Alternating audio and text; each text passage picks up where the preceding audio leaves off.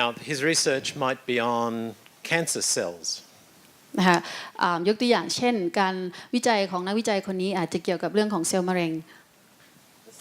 The science teacher will go, I can't do cancer as an activity in the class. ครูสอนวิทยาศาสตร์ก็อาจจะคิดว่าจะสอนกิจกรรมเกี่ยวกับเรื่องของเซลล์มะเร็งยังไงในห้องเรียนจริงๆ But the activity might be something to do about the technology that the researcher is using in the process. แต่ว่ากิจกรรมที่นำไปใช้จริงๆได้นั้นก็อาจจะเกี่ยวกับเทคโนโลยีที่นักวิจัยนั้นนำไปใช้ในการวิจัยของเขานั่นเอง Might be about optics or fluorescence. นะคะก็อาจจะเป็นเกี่ยวกับเรื่องของไฟนะคะหรือว่า optics in the eyes นะคะก็คือเกี่ยวกับเรื่องของสายตานั่นเองนะคะเมื่อกี้เป็นนักวิจัยทางด้านสายตา This particular group on this day were dealing with how to make some advanced optics using recycled bottles and an oven. อันนี้เป็นการใช้ขวดรีไซเคิลนะคะในเตาอบว่าจะมาทำให้เป็นเกี่ยวกับเรื่องของการวิจัยในด้านสายตา They just make a little platform and they put drops of this dissolved plastic underneath. ก็คือเขาทำเป็นแพลตฟอร์มแบบนั้นนะคะแล้วก็หยอดสารตัวละลายลงไปนะคะในพลาสติกในขวดพลาสติก They put them in an oven and just let them harden. ก็คือเราก็เขาใส่ในตู้อบในเตาอบนะคะเพื่อที่จะให้มันแข็งตัว Have you ever noticed on a freezer that sometimes you go and get little drops of ice forming? เราเคยสังเกตไหมคะว่าในตู้แช่แข็งหรือว่าในห้องในตู้ฟรีซของเรามันจะมีหยดน้ำแข็งลงมา That shape has a very useful optical property for doing microscopy. ซึ่งรูปทรงอันนี้มันมีเรียกว่านักวิจัยทางในเกี่ยวกับเรื่องของสายตาเนี่ยนำมาใช้ประโยชน์ได้จริง So this activity has teachers working with advanced optics and just smashing up old drink bottles and cooking them in a pizza oven. นะคะเพราะฉะนั้นการวิจัยหรือว่าการทดลองนี้ก็คือการเอาขวดพลาสติกนะคะมาละลายแล้วก็ทำให้มันเป็นรูปร่างเหมือนหยดน้ำแข็งอะค่ะ And so she's glued one of these onto her iPhone. แล้วเธอนั้นก็เอาไปติดไว้ที่ iPhone ของเธอ And you can make 1,000 of these. You just drop, cook them. นะคะก็คือเอาไปหยอดลงในแพทเทิร์นนะคะแล้วก็เอาไปเข้าเตาอบ So she's checking out probably some moles, sun cancer. เธอนั้นก็ There they are sort of filling up some of the drip trays, talking with the scientist. They go away knowing that they can communicate real today science. นะคะก็คือคุณครูที่มาคุยกับนักวิจัยจริงๆเลยนะคะเขาก็สามารถนำความรู้เหล่านี้ไปประยุกต์ใช้ในห้องเรียนของเขาได้นะคะโดยการอาจจะนำกิจกรรมทางการทดลองหรือว่าเทคโนโลยีที่ใช้เนี่ยไปทำในห้องเรียนได้ A question? Why early career researchers, not just researchers? We're not against the others, but again, it's picking people at an early stage of their career are often more flexible. Younger people are more motivated and see the value in communication.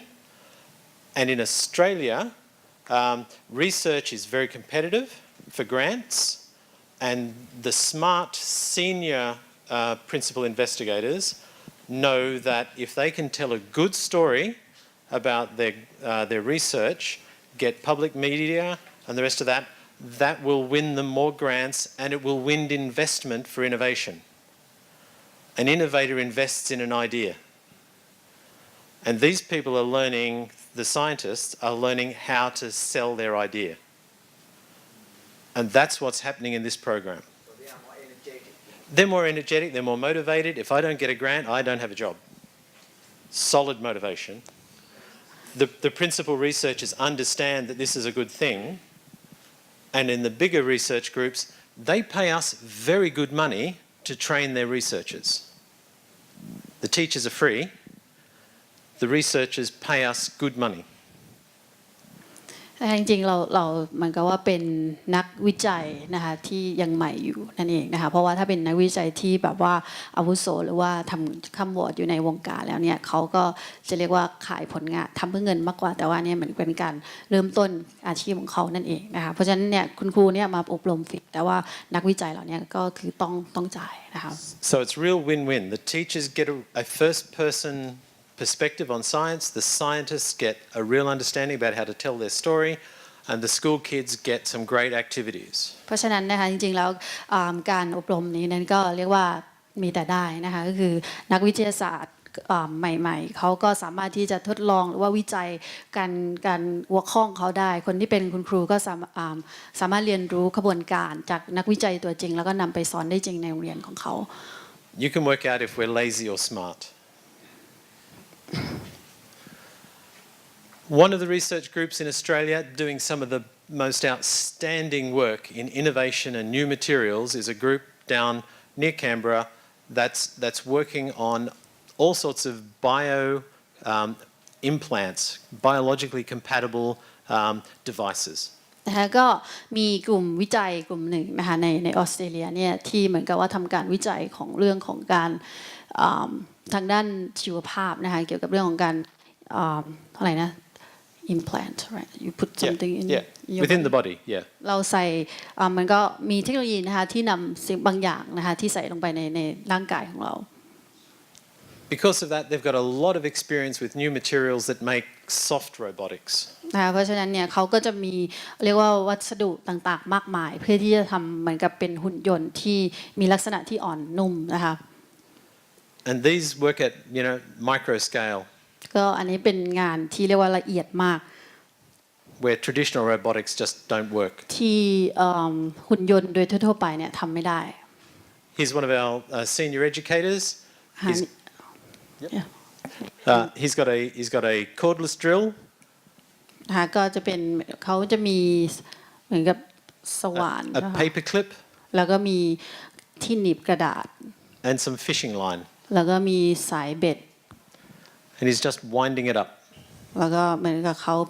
ต่อมันเข้าด้วยกันนะครับให้มันหมุน After this, he's going to use a hair dryer to warm it up whilst it's twisted. ก็หลังจากนี้เขาจะใช้ที่เป่าผมนะคะเพื่อที่จะให้มันแห้ง And this material is being used as a robotic actuator within very much smaller scale within bodies. นะคะก็คืออันนี้ก็จะนำไปใช้เป็นส่วนประกอบของหุ่นยนต์นะคะซึ่งเพราะว่ามันมีความละเอียดแล้วก็เล็กมาก Once you've done that to the nylon, just normal fishing line works.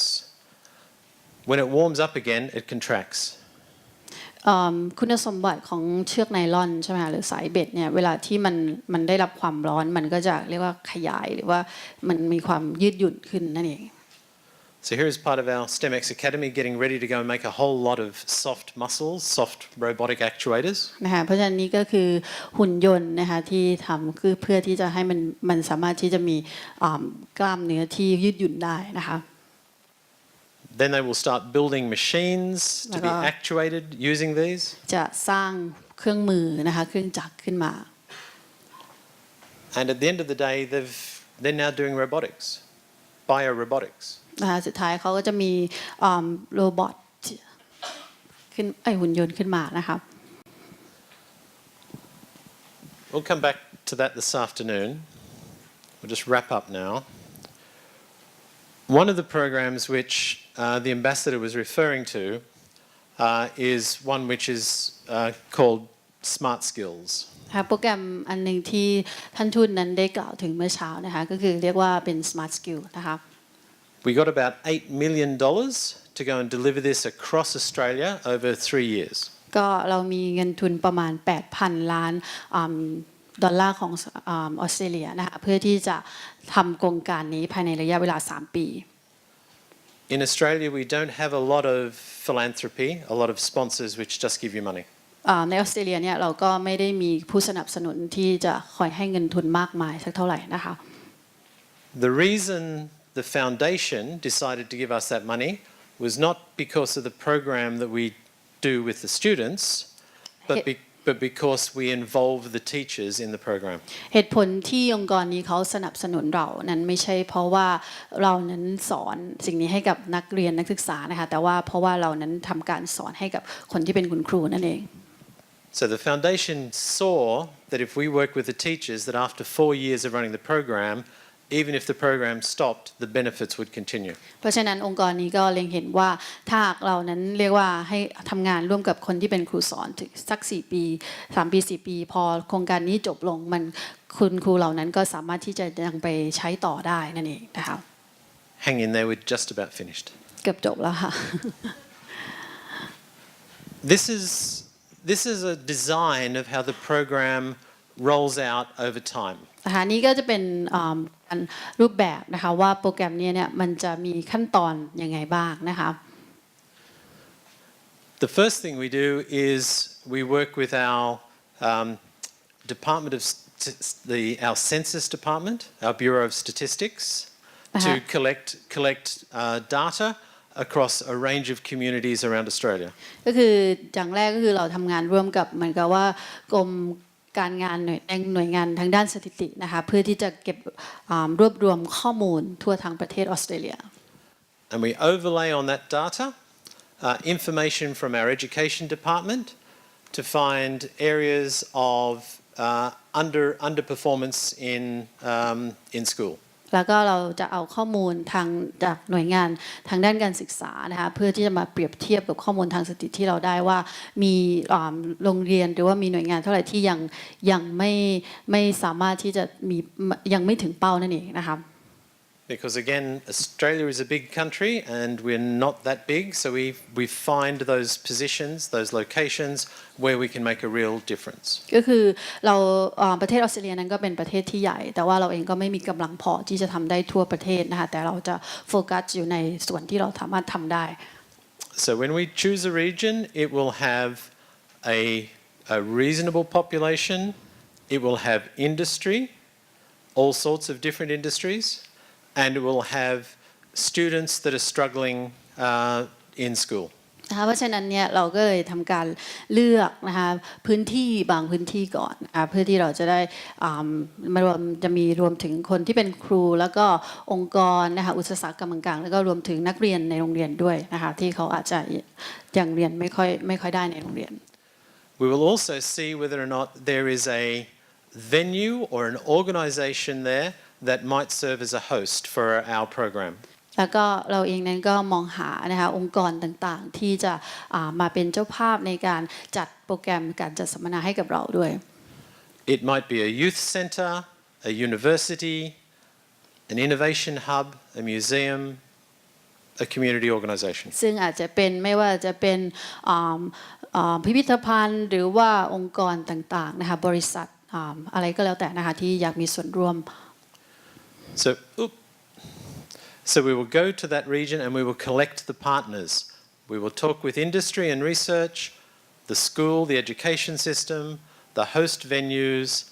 and the business community. ก็คือเราจะมองหาคนที่จะมาเป็นพาร์ทเนอร์กับเรานั่นเองนะคะไม่ว่าจะเป็นในชุมชนในโรงเรียนหรือว่าในบริษัทต่างๆในองค์กรต่างๆ And we may do that in 3 or 4 different locations around Australia for planning the next year's work.นะคะเราอาจจะทำแบบนี้ใน 3-4 พื้นที่ในออสเตรเลียเพื่อที่จะวางแผนสำหรับการงานในปีถัดไป And when we identify a number of those areas which have the right ingredients, we will lock in the program and we will then start our engagement with teachers. นะคะเมื่อเราสามารถที่จะหาพื้นที่ที่เหมาะสมได้แล้วนะคะเราก็จะร่วมทำงานกับคุณครูในพื้นที่นั้น So the first real activity for us in that area is we will bring a team of perhaps 4 professional developers in and we will run workshops with teachers for 1 or 2 weeks. นะคะเราจะใช้เวลาสิ่งแรกที่เราทำก็คือเราจะนำเหมือนกับผู้ที่มีความเชี่ยวชาญนะคะเพื่อที่จะมาทำการพัฒนาวิชาชีพของคุณครูนั้นนะคะแล้วก็ใช้เวลา 1-2 อาทิตย์ในการอบรมหรือว่าสัมมนา So that program would be for one teacher for a day. We'd go to a different school, different group of teachers. We'd be in the region for a week or 2 weeks. นะคะเราก็จะอาจจะคุยกับครู1 คนหรือว่ากับคุณครู1 โรงเรียนแล้วก็ไปโรงเรียนถัดไปนะคะภายใน1 อาทิตย์นั้น And that is certified professional development, which the teachers have to get a certain number of hours of professional development to retain their teaching credentials. นะคะเพราะฉะนั้นเนี่ยก็จะมีการเรียกว่ามีการได้รับประกาศนียบัตรนะคะเพื่อที่จะมันก็มีคนที่เข้ามาร่วมนั้นก็มีคุณสมบัติเพียงพอที่จะเป็นคุณครูสอนได้ If the training we did wasn't at a certified level, the teachers would be very reluctant to take up the training. ก็คือถ้าหากการอบรมของเราไม่มีประกาศนียบัตรหรือว่าการคุณครูที่จะเข้าร่วมเขาอาจจะลังเลที่ไม่อยากจะมาร่วม It's not because they don't like it, but they've only got so much free time, and so they have to find some professional development that is certified to get their hours up. นะคะเพราะฉะนั้นเนี่ยก็คือไม่ใช่ว่าเขาไม่อยากจะมาร่วมนะคะแต่ว่านี่ก็เป็นวิธีการเรียกว่าชักจูงใจนะคะที่จะให้คุณครูนั้นเข้ามาร่วมเพื่อที่จะได้เรียกว่ามีการประกาศนียบัตรในด้านวิชาชีพของเขาด้วย And we will put those teachers through professional development in a workshop of the same type that we will be running with their students when we come back in about 2 or 3 weeks' time. นะคะแล้วก็เวิร์กช็อปที่เราทำกับคุณครูนั้นก็จะเป็นเวิร์กช็อปเดียวกันนะคะที่เราจะทำกับนักเรียนในอีก 2-3 สัปดาห์ที่จะมาถึง So when we come back, we don't want to step into the class and push the teacher aside. We want to step into the class and join the teacher and have the teacher deliver the program with us. แล้วสิ่งที่เราทำก็คือถ้าภายใน2 สัปดาห์ต่อมานะคะเรานั้นก็มาเรียกว่ามาร่วมกับคุณครูนั่นเองแล้วก็เหมือนกับทำงานร่วมกันกับครูว่าที่เขาเอาสิ่งที่เขาได้รับในการอบรมเนี่ยไปใช้ในห้องเรียนยังไงบ้าง So we train the teachers in the workshop. We then come back and with the teachers we run the workshop with the students. นะคะเพราะฉะนั้นเนี่ยในเวิร์กช็อป 1-2 อาทิตย์เนี่ยเราก็ทำงานร่วมกันกับทีเชอร์คุณครูนะคะแล้วก็2-3 สัปดาห์ต่อมาเราก็จะมาที่โรงเรียนแล้วก็ทำงานร่วมกันกับคุณครูแล้วก็นักเรียนในห้อง Then as we prepare to leave those students, we let them know we will be back at the end of the term to go and run an invention convention. นะคะก็คือในพอตอนแล้วก่อนที่เราจะกลับนะคะแล้วก็จะมีการบอกนะคะนักเรียนว่าเดี๋ยวเราจะกลับมาในตอนสิ้นเทอมอีกนะคะ And the kind of construction, STEM activities that we've been working with the students, we let them know we want you to come up with some of your own ideas. ก็คือเพื่อที่จะมาประเมินผลนะคะว่าสิ่งที่เขาได้เรียนไปเนี่ยเป็นยังไงบ้างคือในตอนสิ้นเทอมเนี่ยเราจะมาพูดคุยกันแล้วก็ดูว่านักเรียนเนี่ยได้รับมีความคิดอะไรบ้างเกี่ยวกับสิ่งที่เขาได้เรียนสเต็มไป And if you have an idea that you want to take seriously, send us an expression of interest to say you would like to bring your idea to the invention convention. และถ้าคุณมีความสนใจนะคะแล้วก็ว่ามีความคิดเห็นใดๆที่คุณคิดว่าคุณสามารถที่จะเสนอเราก็เชิญได้เลย So again, we have only a small number of people at the invention convention, perhaps 30 students. ก็ในการประชุมนะคะเราก็มีประมาณ30นะคะคนเท่านั้นนะคะแล้วก็เป็นการประชุมเล็กๆ We may have seen 200 or 2,000 students. ก็เราอาจจะได้เจอกับนักเรียนประมาณ 200-300 คน And the entry to the invention convention is not the best idea, but students which have clearly expressed why they are passionate to take their idea forward. คนที่ได้เข้าร่วมการประชุมนะคะไม่ใช่เป็นคนที่มีไอเดียที่ดีที่สุดนะคะแต่ว่าคนที่สามารถที่จะแสดงให้เห็นว่าทำไมเขาจึงอยากที่จะเข้าร่วมนั่นเองนะคะก็คือสามารถที่จะอธิบายถึงความคิดของเขาได้ At the regional invention convention, it will be 2 or 3 days, and we will run a master class or a boot camp. นะคะเราก็จะใช้เวลาที่ในคอนเวนชันนี้2-3 วันนะคะแล้วเราก็จะมีเหมือนกับการเข้าค่าย Form up into teams, work with their ideas. แล้วก็เหมือนกันทำสร้างทีมแล้วก็ใช้ไอเดียที่เขาคิดขึ้นมานะคะ We will bring in mentors from the local industries. เราจะมีเหมือนกับว่าพี่เลี้ยงนะคะหรือว่าผู้เชี่ยวชาญในอุตสาหกรรมนั้นๆมา From industry, research, business. แล้วก็ไม่ว่าจะเป็นนักวิจัยหรือว่าในธุรกิจด้านนั้นๆ And they're not coming in to lecture to the students. They come in to say, I'm from the big grey building that you probably don't know what goes on inside. We do some interesting things, but today I'm here to help you with your project. ก็คือเขาไม่ได้มาเพื่อที่จะสอนนะคะหรือว่าเลคเชอร์แต่ว่ามาเพื่อที่จะแบ่งปันไอเดียกับนักเรียนเหล่านั้นนั่นเอง Of course, during the day, the students ask them questions as they get comfortable with these people, and they get to find out about what happens in that big grey building. ซึ่งแน่นอนนะคะนักเรียนก็มีโอกาสได้พูดคุยนะคะหรือว่าถามคำถามต่างๆกับผู้เชี่ยวชาญเหล่านั้น And they get to realise that there are interesting opportunities in the region. นะคะเพราะฉะนั้นเนี่ยเขาเองก็ตระหนักว่ามีเรียกว่ามีโอกาสที่น่าสนใจในพื้นที่เหล่านั้นนะคะ And the students get invited to come inside the big grey building and go and see what really happens. และนักเรียนเองนั้นก็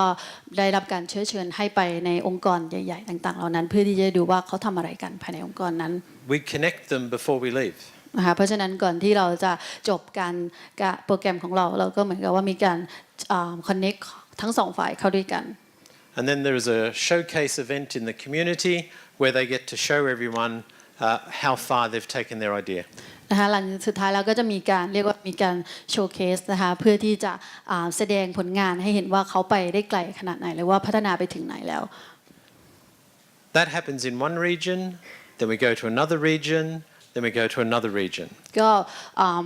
ขั้นตอนนี้นะคะเราก็จะทำในแต่ละพื้นที่แล้วก็ทำแบบเดียวกันในเมื่อเราไปในพื้นที่ถัดไป If the conditions are right in the community and we've chosen the right venue, they will often say, we can do this ourselves. ถ้าหากเรียกว่าการเรียกว่าสถานการณ์หรือว่าอย่างทุกอย่างที่เรามองหานั้นมันถูกต้องเหมาะสมนะคะเรียกว่าส่วนประกอบเหมาะสมเนี่ยคนในองค์กรหรือว่าในชุมชนนั้นๆก็จะหลังจากที่ได้รับการอบรมนี้ไปแล้วเขาก็สามารถบอกได้ว่าเราสามารถทำสิ่งเหล่านี้ด้วยตัวของเราเองได้ต่อ And we say, yes, you can, and we will help you do it. และเราก็บอกว่าใช่คุณทำได้แล้วเราก็จะคอยช่วยเหลือคุณ Then at the end of the year, we have a national invention convention. นะคะแล้วก็ในตอนสิ้นปีเราจะมีเขาเรียกว่ามีเป็นการจัดประชุมระดับชาตินะคะระดับประเทศ Where the students that have gone through that program ที่นักเรียนนักศึกษาที่เขาผ่านโปรแกรมนี้มาแล้วนะคะ or other students that have heard about it หรือว่านักเรียนคนอื่นๆที่อาจจะได้ยินเกี่ยวกับโปรแกรมนี้ can send in an expression of interest going, I've got this idea, it will change the world, I need your help. ที่เขาสามารถที่จะเหมือนกับว่าให้เรานั้นยอมรับว่าเขาอยากที่จะมีส่วนร่วมกับกิจกรรมกับโปรแกรมนี้เพียงแค่ไหนนะคะว่ามันก็นำเสนอไอเดียของเขาได้ทำให้เราเลือกเขาเข้ามา And it's not a competition, it's not the best idea, it's the people that understand how they want us to help them. ก็คือคนที่ได้เข้าร่วมเนี่ยไม่ใช่คนที่มีไอเดียที่ดีที่สุดนะคะแต่ว่าเป็นคนที่สามารถนำเสนอได้ว่าเขาอยากที่จะมีส่วนร่วมหรือว่าไอเดียแล้วก็อยากให้เราช่วยเหลือยังไง We've been running this for several years. นะคะเราก็ทำสิ่งนี้มาหลายปีแล้ว The first program we did was in a small island near Australia, Tasmania. ก็โปรแกรมเราทำที่เกาะแห่งหนึ่งนะคะชื่อ Tasmania. Two young girls from different parts of the island that had never met came together and worked on a project. ก็คือมีเด็กผู้หญิงสองคนนะคะที่อยู่ในเกาะเดียวกันแต่ว่าไม่เคยเจอกันมาก่อนแล้วก็มาทำโปรเจกต์ร่วมกัน This island is very successful in growing a lot of our premium food. นะคะก็เกาะทัสมาเนียนั้นก็เป็นที่รู้จักกันนะคะที่เขานั้นเรียกว่ามีเป็นแหล่งอาหารชั้นดีนะคะ So some of the best cheese, อย่างเช่นชีส the best truffles, the best grapes, the best องุ่ wine, นไวน์ the best wine, the best wine. เป็นแหล่งไวน์ชั้นเยี่ยม They also grow a lot of grapes. แล้วก็องุ่น They also do a lot of technical research as part of our engagement with Antarctica. นะคะแล้วก็ทำด้านการวิจัยในทางด้านเทคนิคนะคะเกี่ยวกับภาคส่วนในแอนตาร์กติกานะคะ The university down there has some very strong engineers in remote sensing and robotics because of the work they do in those sort of waters. แล้วก็มหาวิทยาลัยในเกาะแห่งนี้นะคะจะเก่งในเรื่องของการทำโรบอทหรือว่าในเกี่ยวในเรื่องของวิศวกรรมนะคะทางด้านหุ่นยนต์ These two young girls came together and we had some drones, showing them about drones as a remote sensing platform. นะคะก็คือเด็กสองคนที่อยู่บนเกาะเดียวกันที่ไม่เคยเจอมาก่อนก็มาทำโปรเจกต์โดยการที่ใช้โดรนนะคะ We heard earlier today some people talking about the Internet of Things and sort of networks of small sensors. นะคะเน็ตเวิร์กนั้นก็เป็นเหมือนกับเซนส์ The idea that they came up with in the 3 days of the workshop เซนเล็กๆอันหนึ่งก็คือความคิดที่เด็กสองคนนี้นั้นคิดขึ้นนะคะในเวิร์กช็อป was to place a network of environmental sensors through the vineyards. ก็คือการที่เขานั้นเหมือนกับว่าใช้โดรนนะคะในการที่บินผ่านสวนองุ่นนะคะ To monitor the microclimate, เพื่อที่ the climate, the specific climate around the plants. นะคะเพื่อที่จะสำรวจอะไรนะ So อากาศสภาพอากาศรอบๆสวนองุ่นนะคะ how humid is it? อย่างเช่นว่าสำรวจความชื้น How hot? ความร้อน How strong is the wind? นะคะหรือว่าความแรงของลม How dry is the soil? หรือว่าความแห้งของดินอย่างเงี้ย What's the likelihood of rain? หรือว่าความน่าจะเป็นของฝนว่ามันจะตก And their idea was that when the weather conditions were right and the plants would be most in need of receiving some chemical spray to control pests on the plants, then a micro drone would fly up and down the rows of grapes. นะคะก็คือว่าความเหมือนก็ความคิดของเขาในโปรเจกต์นี้ก็คือถ้าหากเหมือนกับว่าอากาศอะไรสภาพอากาศนั้นเหมาะสมนะคะแล้วก็ต้นองุ่นนั้นก็เจริญเติบโตแล้วก็ถึงช่วงเวลาที่มันต้องการเรียกว่าการพ่นสารฆ่าแมลงอย่างเงี้ยก็มันก็จะส่งที่ไอ้โดรนนี้มันก็จะไปพ่น And so if it was about to rain, it wouldn't put the chemicals out. It would just be washed off. นะคะง่ายๆก็คือถ้ามันเช็คเครื่องมือที่เขาคิดขึ้นมามันสัมผัสได้ว่าฝนจะตกมันก็จะไม่พ่นยาฆ่าแมลงนั่นเองเพราะว่าเดี๋ยวมันก็จะถูกฝนฉาล้างไปหมดนั่นเองนะคะ If it had been dry or warm and the plants weren't going to be at risk from fungus, they wouldn't fly because they don't need it. ถ้าหากมันแห้งแล้วก็ร้อนนะคะก็ต้นองุ่นก็เรียกว่าปลอดเชื้อราเพราะฉะนั้นเนี่ยมันก็ไม่เครื่องพ่นสารฆ่าแมลงนี้ก็จะไม่จำเป็นต้องใช้นั่นเองนะคะ So we're just using the smallest amount of the chemicals that were required only if they were needed and only if they would make a difference. เพราะฉะนั้นนะคะมันทำให้ผลการวิจัยเนี่ยมันทำให้การใช้ยาฆ่าแมลงเนี่ยมันน้อยลงหรือว่าใช้เท่าที่จำเป็นเท่านั้น And they worked with one of the engineers at the university to think into the idea and to make sure it's possible. แล้วเขาก็ทำงานร่วมกับวิศวกรนะคะที่อยู่ในมหาลัยเพื่อที่จะทำโปรเจกต์นี้ขึ้น And these two students from different parts of the island moved to live together and to study engineering together. And whilst they were doing that study, were doing internships at the university with that scientist. นะคะแล้วเด็กสองคนนี้ก็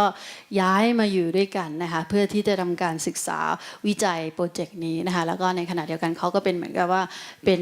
นักศึกษาที่เป็นเหมือนกับอินเทอร์นะคะที่ทำงานอยู่กับนักวิทยาศาสตร์หรือว่าวิศวกรในมหาลัยด้วยนั้นด้วยนะคะ So because we've designed a program to connect all these people, not only do we have that influence, but we can track the fact that we are having that impact. ก็คือนะคะเรานั้นก็ทำงานเพื่อที่จะเชื่อมโยงคนเหล่านี้เข้าด้วยกันนะครับ Summary. จบแล้วค่ะ Thank you. So wrapping half of that up, when we're thinking about our programs, we should always be starting on the outcomes, not the inputs. นะคะสรุปก็คือเวลาที่เราจะเริ่มทำโปรแกรมหรือว่าเอาสิ่งนี้ไปใช้จริงๆเราโฟกัสของเรานั้นจะอยู่ที่ผลลัพธ์นะคะไม่ใช่สิ่งที่ว่าเราต้องหากิจกรรมอะไรมาทำ While it's tempting to think about the specific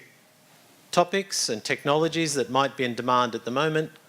the critical priority is to develop the real thinking skills and the disposition to be a self-learner. นะคะก็คือในศตวรรษที่ 21 นั้นก็อาจจะเราอยู่ในยุคเทคโนโลยีใช่ไหมคะเพราะฉะนั้นบางทีเราอาจจะจดจ่อไปเรื่องนี้เกินไปแต่ว่าจริงๆแล้วเราอยากที่จะให้คนนั้นมีทักษะในการคิดมากกว่านะคะแล้วก็ในการใช้เทคโนโลยีเหล่านี้ให้เป็นประโยชน์ You need to think about where you are in the ecosystem for this and find the pathways for those people you want to help. เราต้องหาที่ของเรานะคะว่าเรานั้นอยู่ในส่วนไหนนะคะในเพื่อที่จะหาแล้วก็คนที่เราจะไปช่วยเขานั้นเขาอยู่ในจุดใดนั่นเองนะคะเพื่อเราจะหาหนทางได้อย่างถูกต้อง And that kind of those soft skills, that kind of human software, those higher order thinking skills need to be explicitly supported and as early as possible. แล้วก็ทักษะในด้านความคิดนะคะ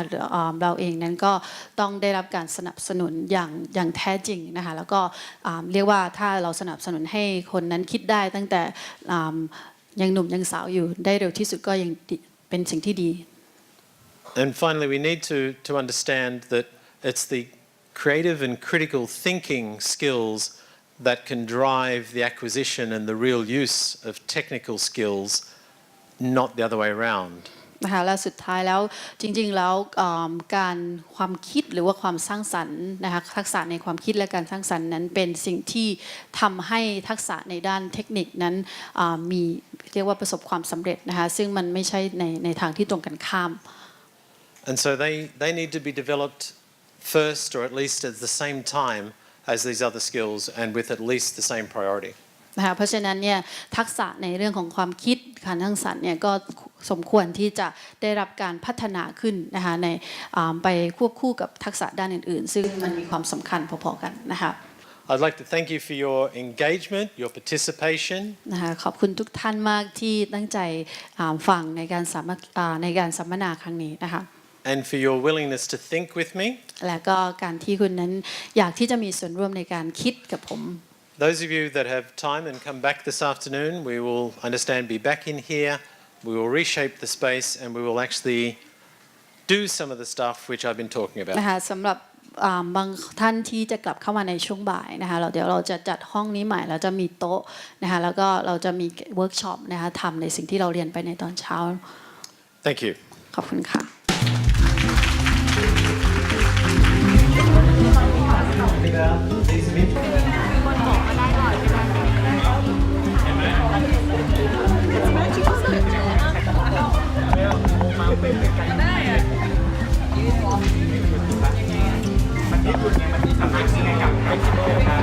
It's not what the activity is, it's how you structure the engagement with it. And that's a hard thing to explain online. That's why I like to do that face to face. If you get a feel now for how you can leave some of these questions open, be a bit provocative, supportive, inviting questions, getting thinking happening, then you can look at a whole catalogue of activities and go, I'm going to change that a little and leave the thinking in, or take that bit out so they're left to sort it out themselves. That's the pedagogy that's going to allow you to create 21st century learning activities. Leave the problem with them. How else can they solve it? So that's what today's been about, exposing you to kind of how to leave problems with people. But you pretty much all enjoyed the problems I left you.